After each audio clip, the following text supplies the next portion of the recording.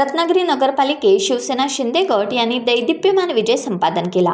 शिंदे शिवसेनेच्या नगराध्यक्ष पदाच्या उमेदवार सौ शिल्पाताई सुर्वे यांना तब्बल 20,031 मते मिळाली, तर त्यांच्या निकटच्या प्रतिस्पर्धी सौ शिवानी सावंत माने यांना 10,716 मते मिळाली व सौ शिल्पाताई सुर्वे 9,315 इतक्या घसघशीत मताधिक्याने विजयी झाल्या। सौ शिवानी सावंत माने या शिवसेना उद्धव ठाकरे गटाच्या उमेदवार होत्या।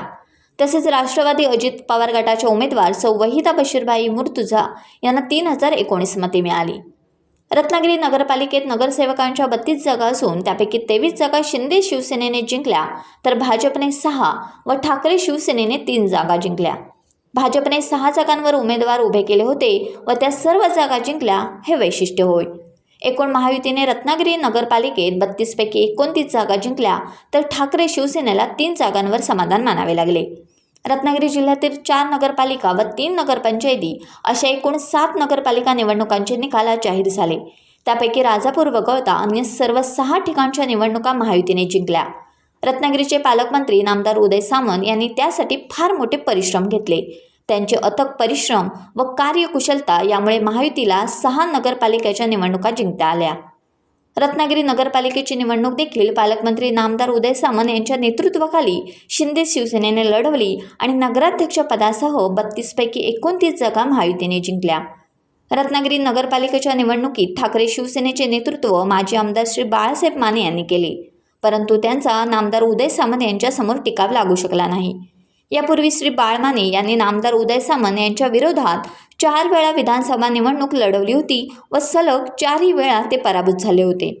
सौ शिवानी सावंत माने या त्यांच्या स्नुषा होत। आता हा पराभूत होण्याचा वारसा त्यांनी पुढील पिढीकडे हस्तांतरित केला असावा असे मिश्किल मत याबाबत बोलताना अनेकांनी व्यक्त केले।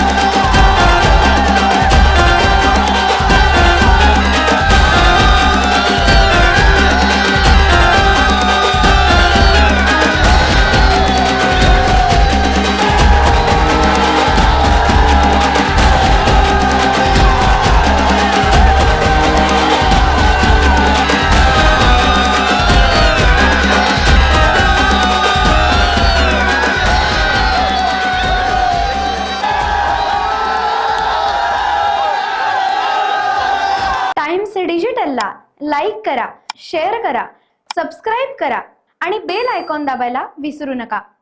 Times digital.